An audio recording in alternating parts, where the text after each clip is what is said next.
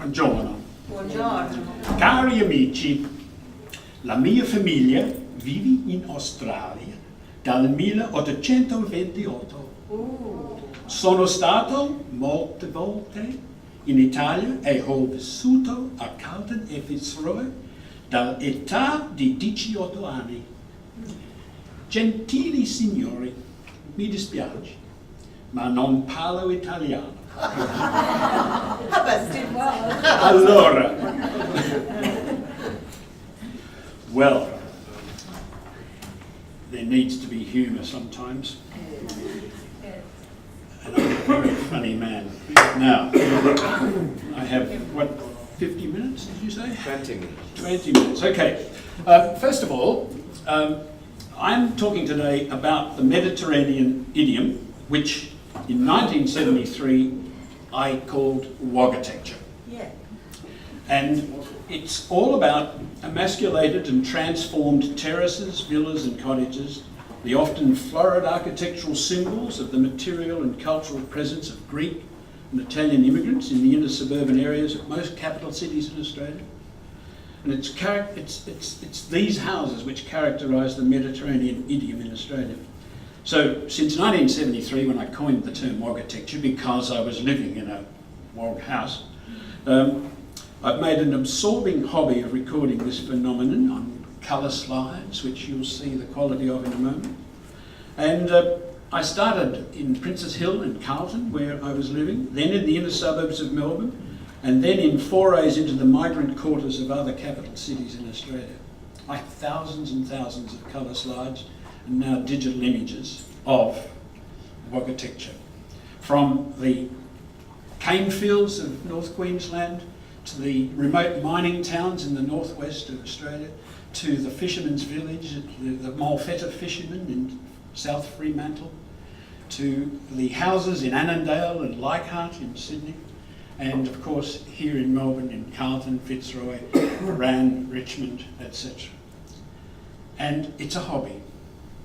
I work in architectural history and conservation, but this is all absorbing, and I have to stop. I carry a camera in the car. I don't have a phone like you lot have. This is my little phone. It doesn't take photographs, but I have wonderful Nikon cameras, and I carry them in the car, and I'll stop and I'll photograph things. So, what is the Mediterranean idiom? It's really a sub-style in housing in Australia. It's characterised firstly by the heavily modified facades of suburban housing in the inner suburbs, and then by the grandiose pseudo-Italianate villas erected on standard building lots in the outer suburbs of most capital cities in the late 20th century.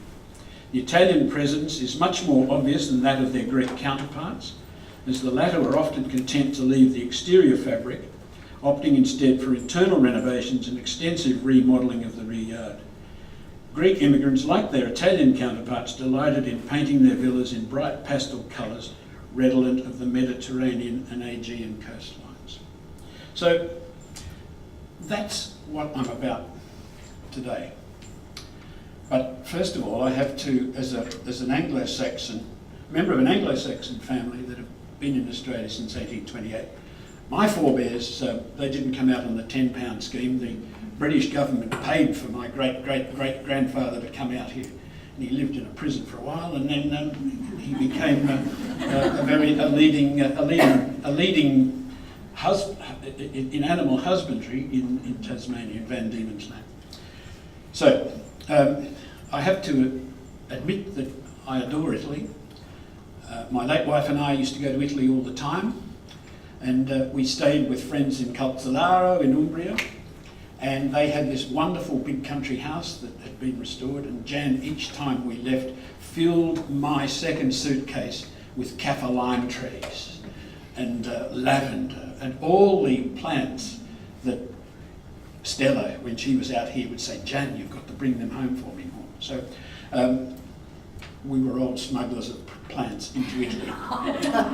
And I have about an 9 metre high olive tree growing in my back garden in North Fitzroy, which shelters me from the apartments next door, which Stella and Rodolfo Traversa gave us years and years ago. I love Italian cities. I love Italian food.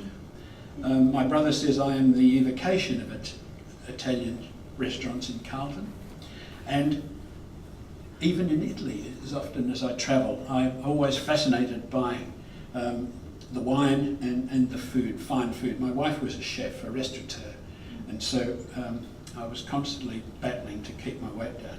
I'm fascinated by Italian genealogy, and 18 months ago I was in the Aeolian Islands with Dom Di Mattina looking for the Santa Maria family at Lipari and at Stromboli, and I found it quite fascinating to see so many plaques, memorial plaques in cemeteries in the Aeolian Islands that commemorated families whose descendants settled here in Carlton and in Melbourne.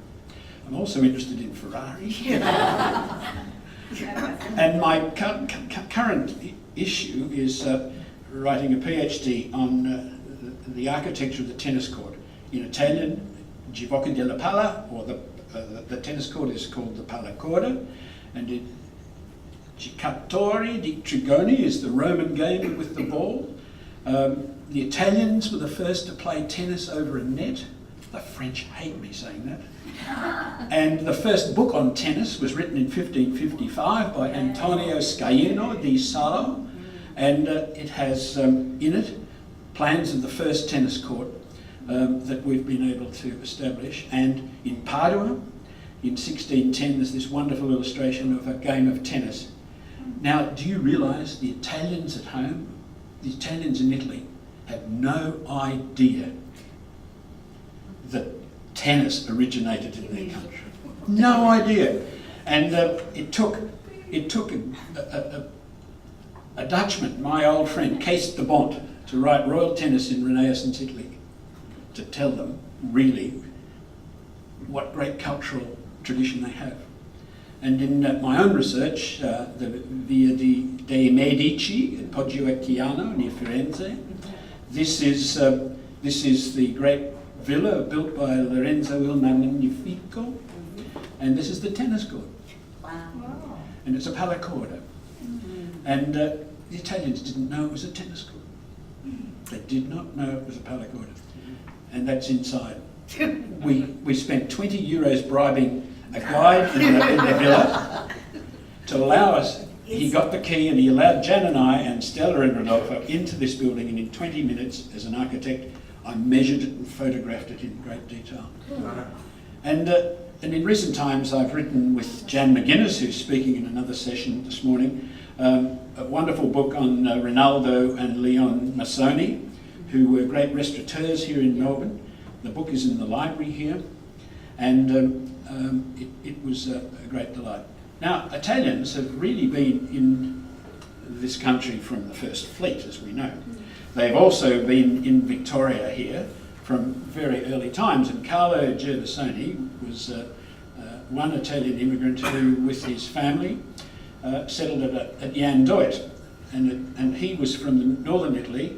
They were Swiss Italians, and they built some fantastic houses there in the 1850s.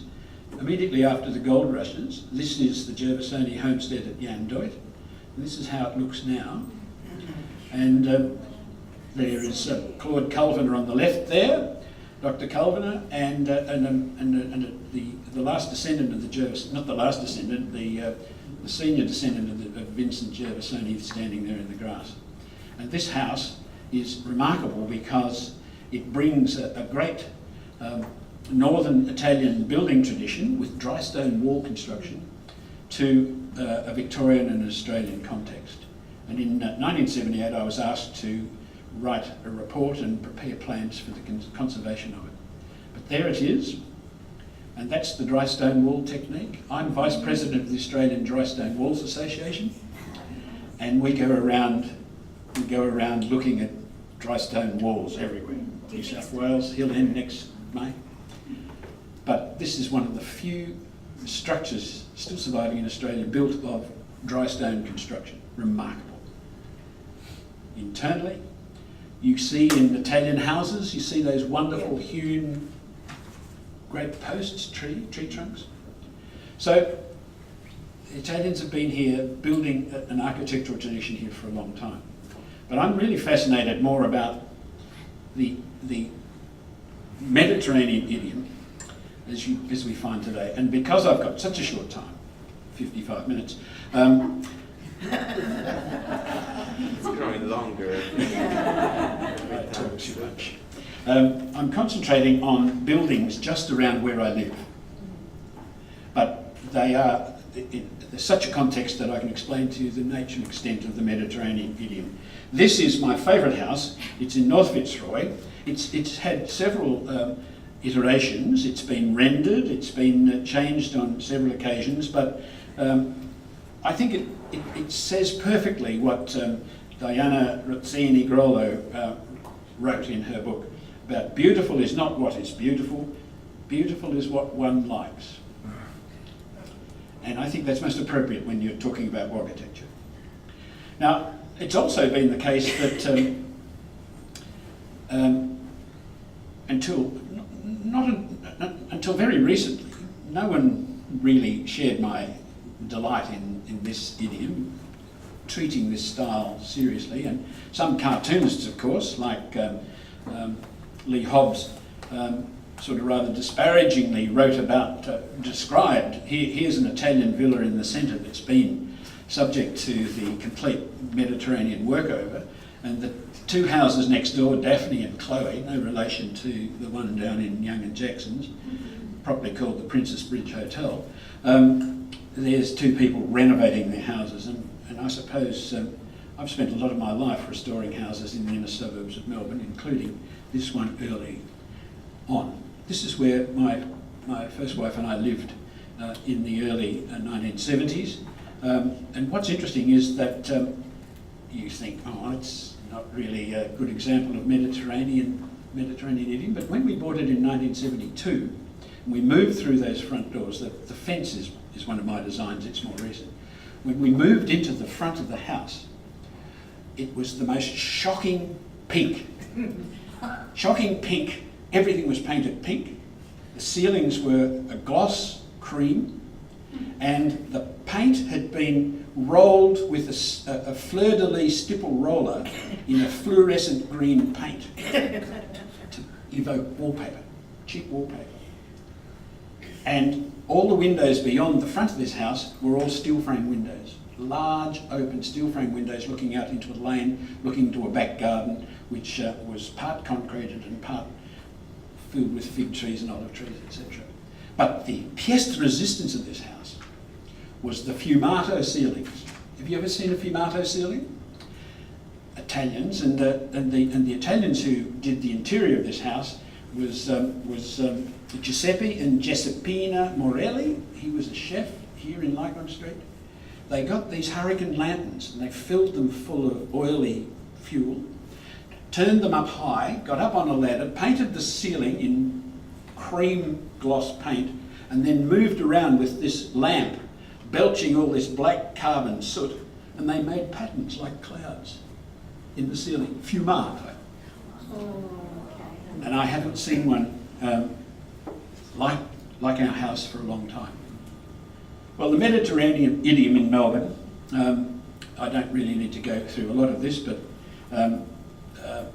it was facilitated in a way. The Italians who came here particularly in the 1950s and 60s, came to Melbourne, and the inner suburbs were really quite decrepit. And there were a lot of the housing stock that wasn't demolished for buildings like the Housing Commission down the end of Lygon Street here, those high-rise 20-storey concrete monsters. There were houses that were condemned by the Slum Reclamation Board. And sometimes they had Housing Commission orders on them to be demolished. Well, Italian families and young Italian men came and bought buildings that were in this sort of condition. I don't know whether you can see that very well. It's an old slide, as you can tell by the cars. But a lot of Carlton looked like this. When I came as an architecture student to the University of Melbourne in 1967, it was a pretty scrappy suburb. But it was also very Italian. Now, Bennett Street in North Fitzroy evokes rusticity like they did in England with places like Blaise Hamlet in the 1840s, just evoking an organic architecture that has little explanation other than the Italian who did the renovations on this house worked in a cement moulding place. So he whipped up some tree logs during the weekends. It's one of my favourite places, but there it is there now, and that's what it looked like, because the house next door is its twin. And you can see that quite often houses like this, which were in bad condition, what the Italians did was effectively emasculate them totally. They took all the Victorian ornamentation away. They took out all the old windows, sometimes they were rotten. They replaced all the verandas, this decorative ironwork, with concrete cantilever verandas. So buildings, you can see these were two nice little villas. Look at the chimneys there. These two villas have been completely transformed at the front. Steel frame windows from GKM, concrete cantilever veranda supported by wrought iron pilasters, and Ilaria, look at this. Sometimes houses were completely cut back, and the front garden was given over to gardening. And this is a very old slide. This is 1976. The woman who lives here still gardens, and this is a photograph of her house only last year. She grows broad beans, she grows tomatoes, and surprisingly everyone in our neighbourhood doesn't touch her garden at all. But there are several gardens in our neighbourhood which the front gardens are productive gardens, and they're all old signoras who are never going to die. That's what you think. And sometimes in this move to transform old houses, there were all sorts of deceptions. This is a timber villa with a party wall, a brick party wall, a brick firewall down one side. But what has happened here is that the veranda's gone, and they've put a brick veneer facade to it to give it a modern look. And the front garden, of course, has got a lot more species that you don't normally find in Australian gardens.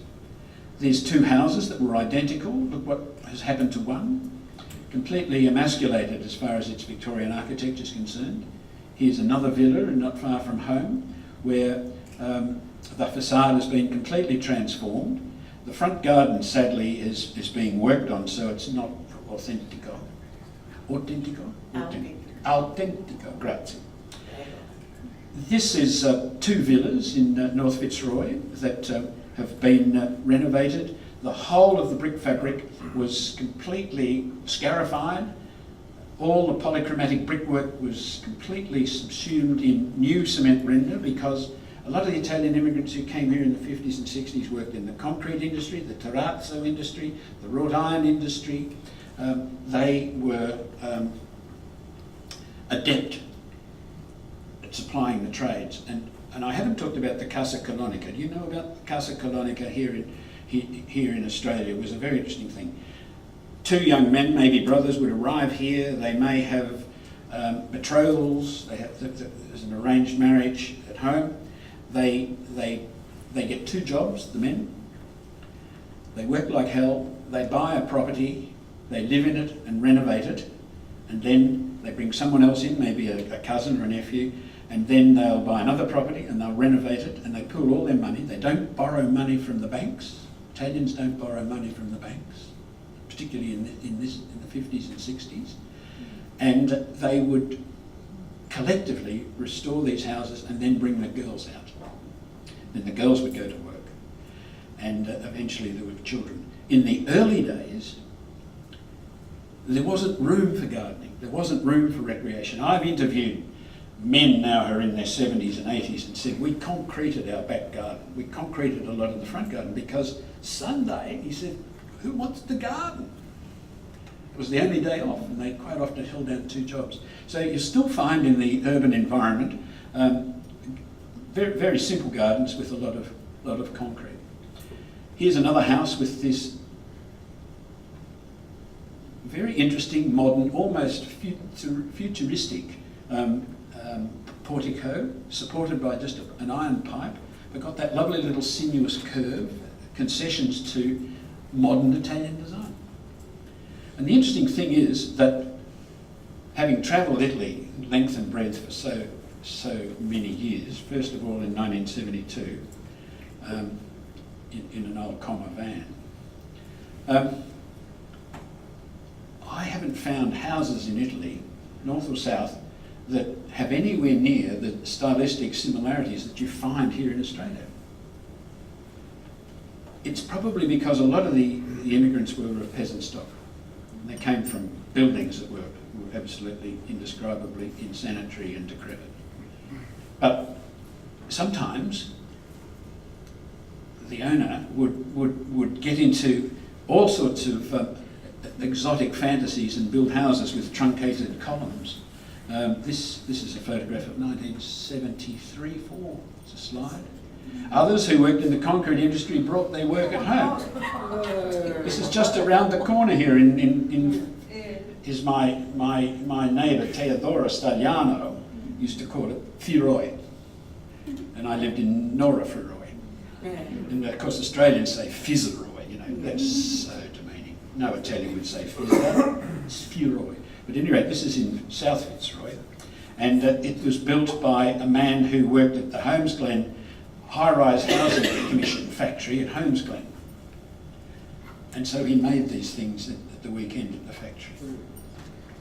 Now, Ilaria, you were about gardens. I have a fascinating interest in the gardens of the Italians.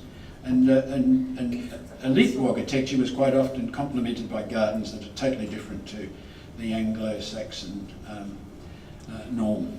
And here is a house just round the corner. Yeah. And there is a situation where it's an economical garden. It's well maintained. Here is a house with again a patio and the truncated columns. Here is my neighbour who has a house that's a lot of concrete driveway, and the gardens are very well defined. And here is a house in North Carlton where the garden beds are defined. The man who owned this house, I know, worked in the wrought iron industry. How did I know that? Yeah. A house round the corner.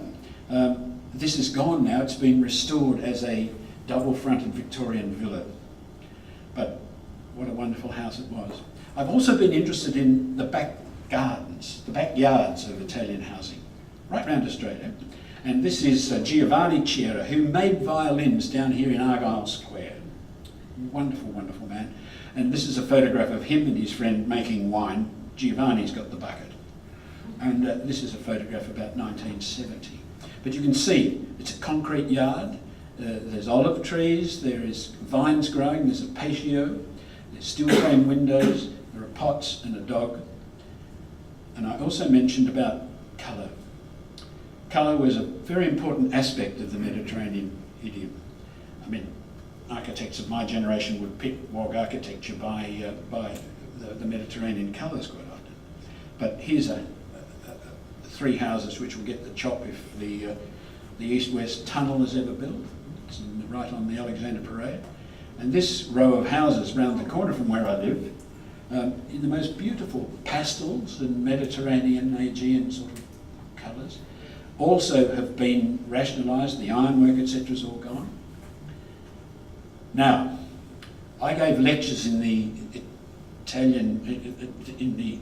history department of the University of Melbourne for 20 years. I was on the staff for quite a long time there.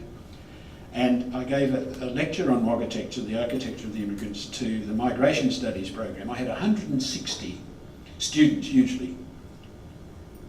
And I talked for an hour and a half, and I showed them a hell of a lot more slides than I can show you because I'm nearly finished. 25 minutes to go. And I used to say to them at the end, because there was a lot of third generation Italian and Greek and other small ethnic groups in these courses, all young people. And I would say, I had never seen a mural. And I know that the first generation of migrants painted murals on the hall, in the dining room, or in the living room, in these single-fronted villas.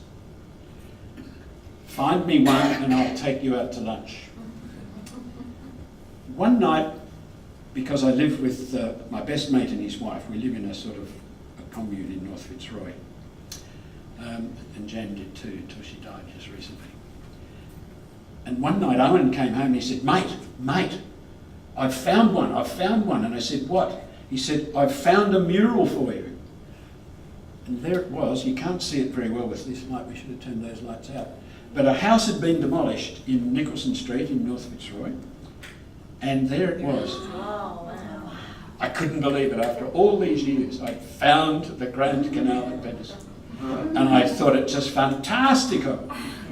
And there it is. And it lasted about 48 hours before the builders blasted it off. And it's all gone. I didn't even have a chance to find out. See, there's the reinforcing. They're ready to come in and build put the concrete slab down. But it's just a most beautiful, beautiful building. And I'll go forward one. At the bottom, right down the bottom, it's signed Alberti, 1954. Now, none of you know this, but I'm known affectionately by all my friends as Lord Albert. My email address is Alberti. And I thought, who is Alberti? So I did some work, and I found out that Alberti was actually Gino Alberti. He was a photographer, and he was in Lygon Street, and he made a living, part-time, of painting these murals. And this one was done for the Padovan family.